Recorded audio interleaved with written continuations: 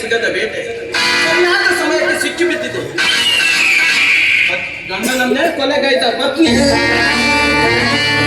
ಯಾರ ಭಯವಿಲ್ಲದೆ ನನ್ನೊಡನೆ ನನಗೆ ಆಡಬಹುದು. ನನ್ನ ಕನಸಿನ ಕಣ್ಣುಗಪ್ಪೆಯಲ್ಲಿ ನಲಗುತ್ತಿರುವ ಈ ಕಣ್ಣು ಪತಿಯನ್ನೇ ಕೊಲೆಗೈದ ಪತ್ನಿ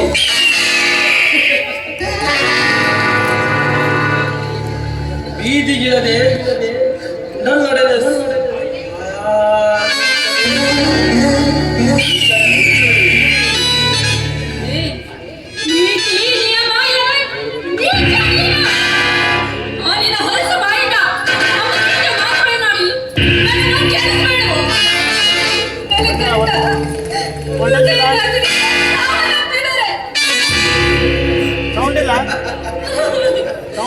ಗಂಡನ ತಲೆಗೆ ಏಟು ಬಿದ್ದು ರಕ್ತ ಬಂದಿದೆ.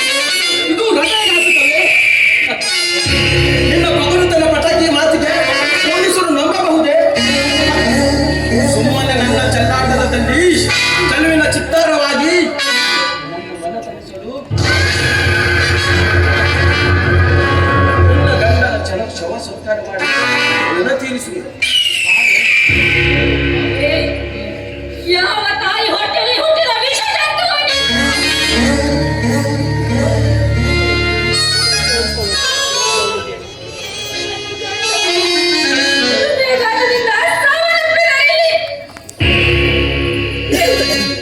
ಒಳ್ಳೆ ಮಾತಿನ ಹೇಳ್ತೀನಿ.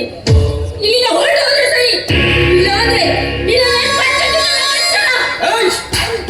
ನಿನ್ನ ಪೌರುತನ ಪಟಾಕಿ ಮಾತಿದಲ್ಲಿ ಮನೆ ಮಾಡ್ತೀಯಾ? ರುಚಿ ತೋರಿಸ್ತೀಯ? ನಿನ್ನ ಸೀರೆಯ ಸರಿದಿನ ಮನೆಯಲ್ಲಿ ಅಡಗಿದ ಆ ಹೆಂತರವೇ ನನ್ನ ಕಾಮದ ಮಸ್ತಕದಲ್ಲಿ ಸತ್ತವರಿಗೆ ಒಂದೇ ದಾರಿ ಉಣ್ಣಿಸುವ ಬಾರೆ.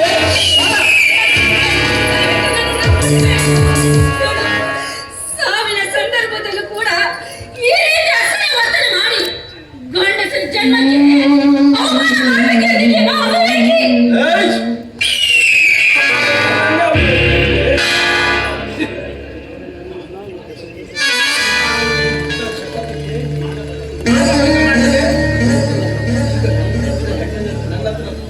ಬಾ ಬಾರೆ ಬಾ.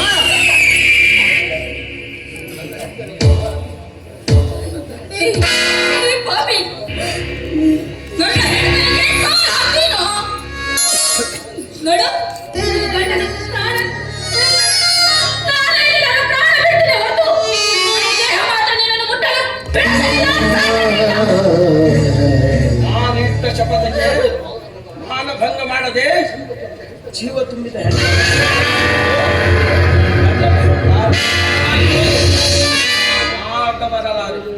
ಹಾಸಿಗೆ ಹಾಸುತ್ತೀಯಾ? ಇಲ್ಲ ನನ್ನ ತೋಳಿನ ಮನೆಯಲ್ಲಿ ದಕ್ಕಿಸಿಕೊಳ್ಳದೆ. ನನ್ನನ್ನು ಅನುಭವಿಸದೆ ಇಲ್ಲಿಂದ ಹೋಗೋದಿಲ್ಲ ಅನ್ಸುತ್ತೆ.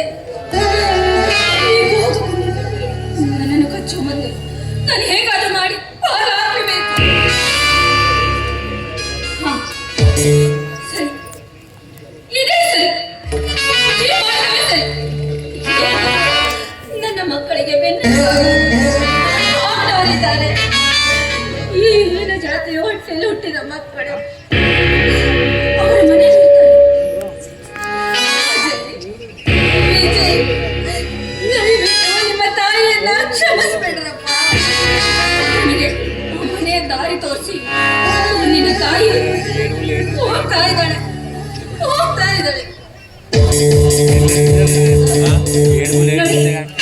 ನಿಮ್ಮಿಷ್ಟದಂತೆ